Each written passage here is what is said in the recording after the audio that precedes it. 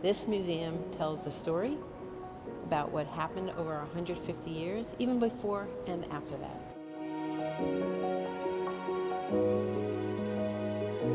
We're at the National Deaf Life Museum at the campus of Gallaudet University. I'm here with Meredith Peruzzi, who is the director of the museum. Meredith, it's so great that we're able to talk with you about this. First, can you just tell us about this space, about the museum, and what you hope to convey? Sure.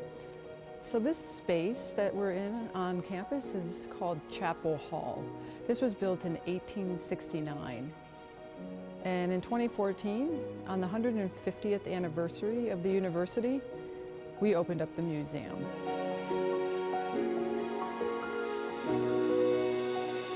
The museum in general gives a different way of thinking about the community. So in 1864, on April 8th, that was the day President Abraham Lincoln signed our charter, which gave deaf people a college. The deaf community has always been part of Washington, D.C. We've always been here, and people may not have realized that they can come on campus to visit.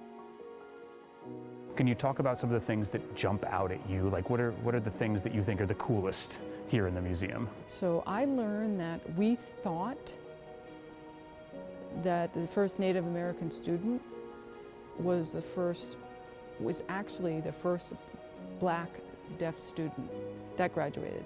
And because black students were not allowed to be enrolled at that time, so they came in as a Native American.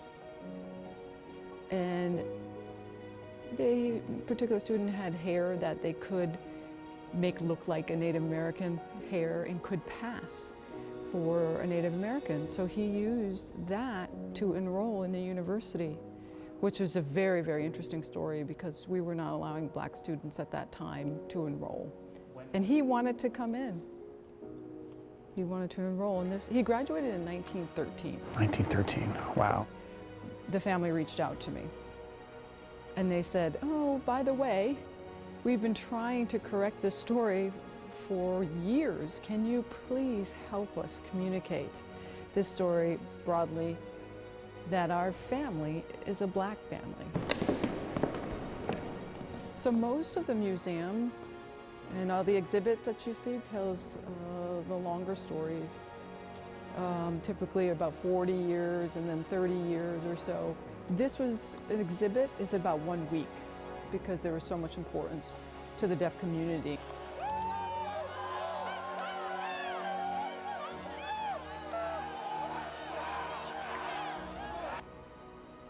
The president was planning on retiring and a new president was selected, and that it was a hearing woman.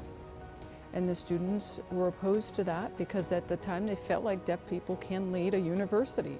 Why not have a deaf president? If you're giving us a proper education and you don't have a deaf president at the time, then we're not doing something right. So that triggered more of the civil rights attention to the deaf community and helped pass the ADA.